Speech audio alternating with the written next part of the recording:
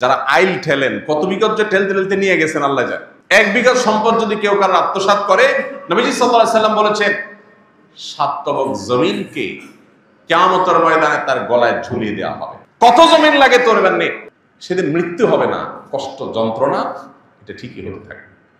ভাইরা আমার, আল্লাহ রাব্বুল আলামিন আল্লাহর বিধিবিধানের সামনে আমাদেরকে আত্মসমর্পণ করার, সেরকম ঈমানি শক্তি ধারণ করার তৌফিক নসিব করুন।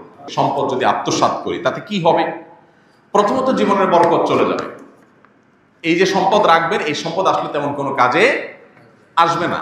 সম্পদ রাখবেন, সাথে ক্যান্সার চলে আসতে পারে, কিডনি ড্যামেজ হয়ে যেতে পারে, হার্টে ব্লক হতে পারে, এমন কিছু হতে পারে যে সম্পদ মারছেন 10 লাখ টাকার রোগ আল্লাহ ধরায় দিবে 10 লাখ টাকা, টেরও পাবেন না।